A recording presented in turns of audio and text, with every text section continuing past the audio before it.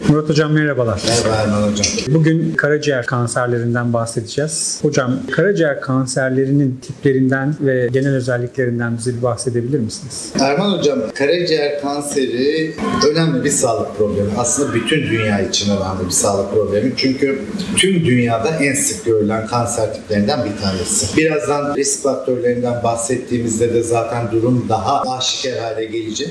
Risk faktörlerini oluşturan durumlar çok sık görüldüğü için haliyle karaciğer kanseri de çok sık görülüyor dünyada. Özellikle dünyanın bazı bölgelerinde ilk sırada görülen kanser tiplerinden bir tanesi. Karaciğer kanserinin birçok tipleri var. Bugün bizim burada aslında konuşacağımız karaciğer kanseri, karaciğerin bizzat kendisinden kaynaklanan kanserler. Çünkü karaciğerde görülen kanserlerin aslında oldukça büyük bir kısmını diğer organlarda oluşan kanserlerin karaciğere yayılması şeklinde ortaya çıkan, yani metastaz adını verdiğimiz kanser odakları oluşturuyor. Ama bugün biz onu konuşmayacağız. Bugün doğrudan karaciğer dokusunun kendisinden kaynaklanan kanserlerden bahsedeceğiz. Bunlar da iki ana başlıkta değerlendiriliyor aslında. Bizim en sık gördüğümüz iki karaciğer kanseri tipi var. Biri karaciğerin esas iş yapan hücreleri olan hepatosit adı veriyoruz onlara. Onlardan kaynaklanan hepatoselüler karsinom denilen kanser tipi ve en sık görülen karaciğer kanseri tipi de budur. İkincisi de yine karaciğerin önemli bir parçasını oluşturan safra yollarından kaynaklanan kanser. Bunlara da kolanjiyoselüler karsinom deniyor. Karaciğerde farklı birçok hücre tipi yer alıyor ve bunların hepsinden de farklı kanser tipleri gelişebilir ama bizim günlük pratiğimizde karaciğer kanseri dediğimizde en sık gördüğümüz iki tip kanser bunlar.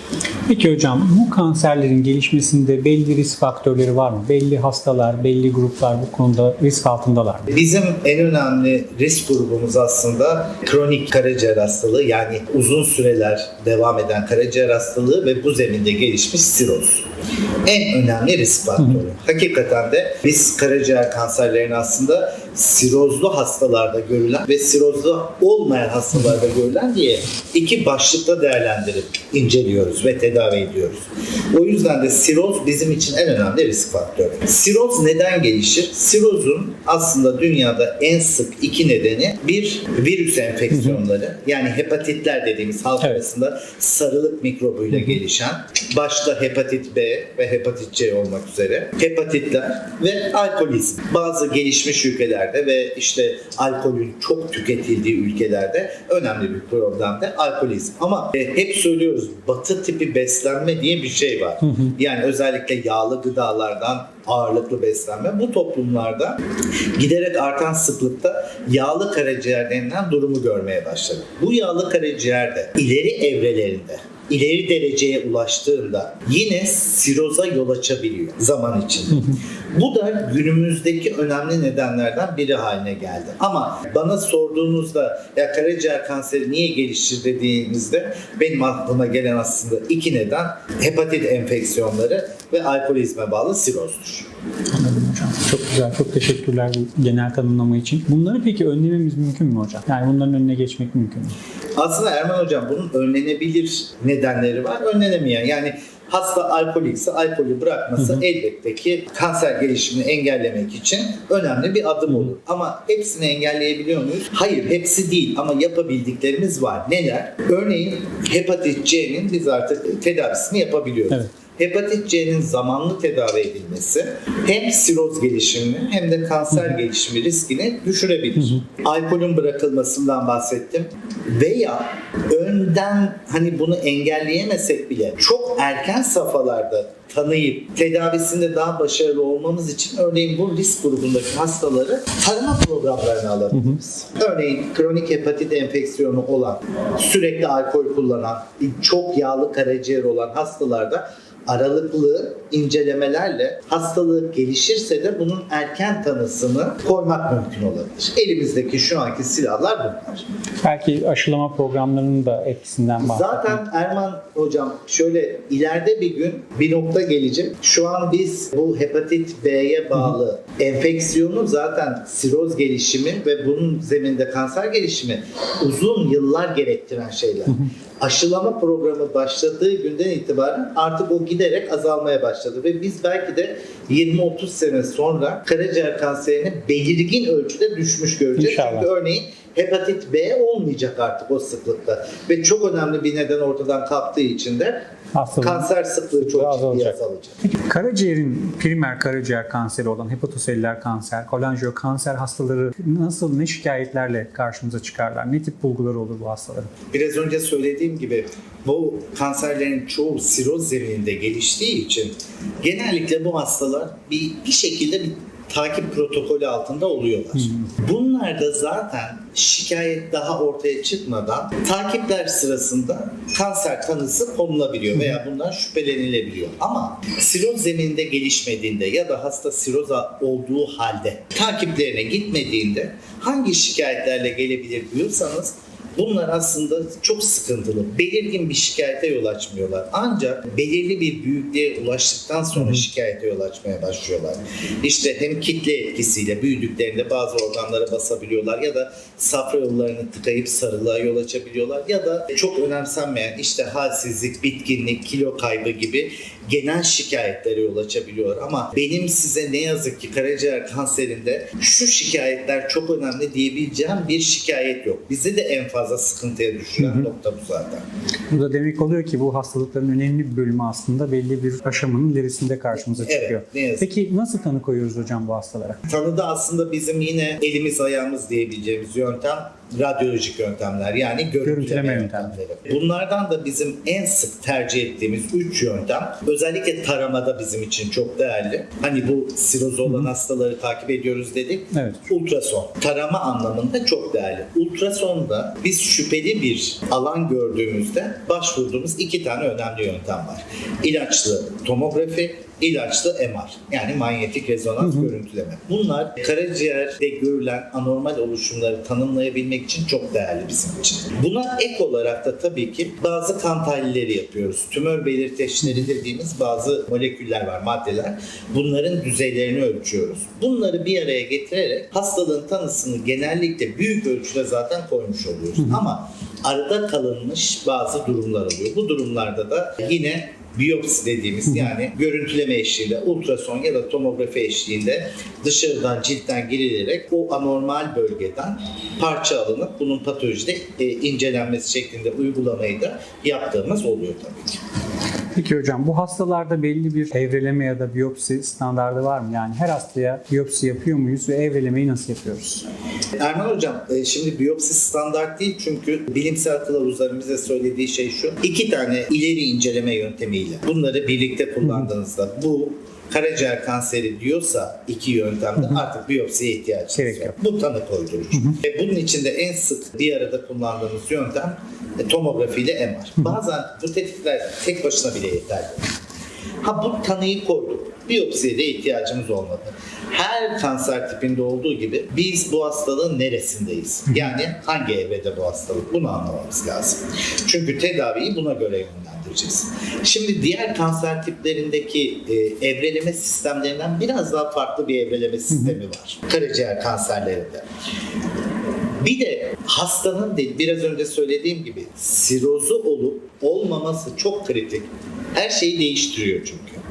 Evrelerken biz neye dikkat ediyoruz? Yine her kanserde olduğu gibi bulunduğu bölgede ne kadar yayılmış, lenf bezlerine gitmiş mi, uzak organlara yayılmış mı? Bunlara bakıyoruz. Evet. Bununla ilgili birçok bilimsel kılavuz var bizi yönlendirecek. Buna göre hastanın hangi tedavi için uygun aday olduğunu belirliyoruz evreleyerek. Peki nasıl tedaviler var hocam? Karaciğer kanserini biz nasıl tedavi ediyoruz? Elimizdeki tedaviler şu an çok güçlü, çok çeşitli ve çok güçlü tedavi yöntemleri var. Söylediğimi altını çizmek istiyorum. Sirozu olan bir hastada karaciğer kanserini nasıl tedavi ediyoruz? Ben önce bunu söylemek istiyorum. Çünkü hastaların neredeyse %80-90'ı bu grupta. Dünya artık şunu kabul etti. Bu hastaların aslında en iyi tedavisi uygunsa eğer karaciğer nakli. Neden? Çünkü siz bugün buradaki kanseri, karaciğerin bu tarafındaki kanseri çıkarsanız bile o siroz zemininde başka bir yerde yeniden kanser gelişebilir. Kalıcı nihai tedavi yapmış olamıyorsunuz. Geride kansere yataklık eden bir dokuyu bırakmış oluyorsunuz. İki, mevcut siroz hastalığını da aynı zamanda tedavi etmiş oluyorsunuz nakille. Dolayısıyla nakil şu an altın standart tedavi. Sirozlu hastalar için. Sirozu olan ve bu zeminde gelişmiş hepatoselüler karsinomu olan hastalarda altın standart tedavi. Evet hocam. Ama her hasta nakil için uygun bir aday mı? Hayır değil. Nakil için uygun olmayan adaylarda bizim öncelikli tercih ettiğimiz tedavi cerrahi tedavi. Cerrahi ne demek? Çünkü nakil de bir cerrahi tedavi aslında. Bizim burada cerrahi tedaviden kastımız kanserli dokuyu çevresindeki bir miktar sağlam karaciğer dokusuyla, yani sağlam sınırlarla çıkartmak. Bunun dışında da bizim kullandığımız birçok yöntem var. Bunların ama aralarında en etkin olan tedavileri söyleyeyim. Damar yoluyla yapılan bazı müdahaleler. Bunların en ünlüleri take ve tare dediğimiz yöntemler. Ne yapılıyor bunda? Bu tümörler bakılmış, nasıl besleniyorlar? Atardamardan besleniyorlar. O zaman biz karaciğer atardamarına girelim. Buraya bir pıhtı koyalım. Hem beslenmesini bozalım hem de bu pıhtının içinde kemoterapi ilaçları olsun ya da yeni uygulamadaki gibi radyoaktif, yani radyasyon saçan ilaçlar olsun.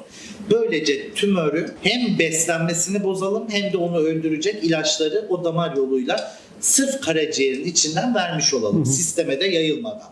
Bu tedaviler çok rövaşta, çok kullanıyoruz. Bunlar hem cerrahiye uygun olmayan adaylarda veya henüz nakil sırasında bekleyen hastalarda bir köprü vazifesi görüyor. Yani cerrahiye kadar geçen süreyi, nakile kadar geçen sürede hastalığı tedavisiz bırakmamış oluyorsunuz ya da uygun olmasa bile tek tedavi ajanı olarak kullanılabiliyor. Bir ikincisi de ablasyon yöntemi dediğimiz yöntemler. Ablasyon ne demek? Aslında yok etmek. Nasıl? Ya fiziksel yöntemler ya da kimyasal yöntemlerle. Biz en çok fiziksel yöntemleri ısıtma yoluyla, yani yüksek ısıyla, tam Türkçedeki karşılığı yakmayla tedavi ediyoruz. Neyle yakıyoruz? Ya radyo frekans dalgaları ya da mikrodalgayla, özel aletler var bunun için. Tümörün içine girilerek tümör ve çevresindeki bir miktar doku yakılıyor. Yakılarak yok ediliyor. Bunlara da ablasyon diyoruz. Yine bunlar da tek tedavi veya köprü olarak kullanılabilirler. Bizim şu an klinikte, pratikte yani karaciğer kanserinin tedavisinde en çok kullandığımız yöntemler bunlar, sirozu olan hastalarda. Şimdi ikinci bir grup da sirozu olmayan hastalarda, sağlıklı karaciğerde gelişen karaciğer kanseri. Bunda da tam aksine cerrahi tedavi her zaman ön planda. Tabii. Sonuna kadar cerrahiyi zorluyoruz. Yani nakilden ziyade biz cerrahi tedaviyle o kanserli bölümü çıkartabilir miyiz? Bizim için ilk tercih. Bu yapılamıyorsa diğer yöntemlere kayıyoruz artık. Üçüncüsü de çok kısaca söyleyeceğim Erman Hocam. Yine kolanjiyoselüler karsinom dedim. Yani safra yollarından kaynaklanan karaciğer kanserleri. Bunlarda da nakil bir seçenek olmakla birlikte bunlarda da aslında tedavinin ana hattı cerrahi tedavi. Cerrahi olarak çıkartılması. Peki Murat Hocam, cerrahi tedavinin ana esaslarından bahsettiniz. Bugün cerrahi teknolojiyle beraber çok ilerledi ve her alanda olduğu gibi yapabiliyer cerrahide de kapalı ameliyatlar, yani laparoskopik ve robotik ameliyatlar uygulanabiliyor mu? Bunların avantajları var mıdır? Onları bize bir kısaca özet geçebilir misiniz? Erman Hocam teşekkür ederim çünkü bu önemli bir soru. Karaciğer ameliyatlarının oldukça büyük bir kısmı artık kapalı yöntemle de yapılabiliyor. Ancak bu ameliyatlar gerçekten zor ve ileri düzey ameliyatlar. Yani her merkezde rutin standart uygulanan yöntemler değil, gerçekten donanımlı merkezlerde tecrübeli ekipler tarafından gerçekleştiriliyorlar. Ama yapılır mı? Evet, yapılıyor ve başarılı sonuçlar da yapıyor. Biz de ekip olarak tercihimiz karaciğer cerrahisinde değil sadece. Bütün karın cerrahisinde öncelikli tercihimiz hastayı kapalı ameliyat yapmak. Belli avantajlarından dolayı. Karaciğer kanseri için de bu geçerli mi? Evet. Karaciğer kanserinde de biz mümkün olduğunca kapalı cerrahiyi ön plana koymaya çalışıyoruz ve sonuçlarımızın da açık cerrahi kadar iyi olduğunu söyleyebilirim. Bunun onkolojik sonuçları, yani kanser tedavisiyle ilgili sonuçları da açıktan farksız, açık cerrahiden farksız. O yüzden hem biz de bu LT oy kullanıyoruz hem de dünyanın birçok tecrübeli merkezde zaten kapalı ameliyat yönünde karar veriyor. Yani kapalı ameliyatlarda da biz zaten açık cerrahide onkolojik anlamda ne yapılıyorsa aynı şeyi birebir yapıyoruz.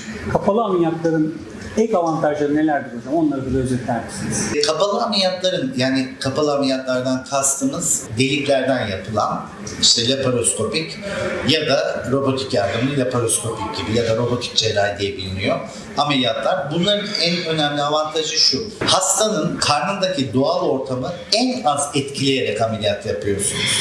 Karın açık değil, kapalı bir karında ve cerrahi alanınızın dışındaki organlara çok elleşmeden, onlara rahatsızlık vermeden odaklı, sadece cerrahinizin olduğu bölgede geçen bir cerrahi yapıyorsunuz.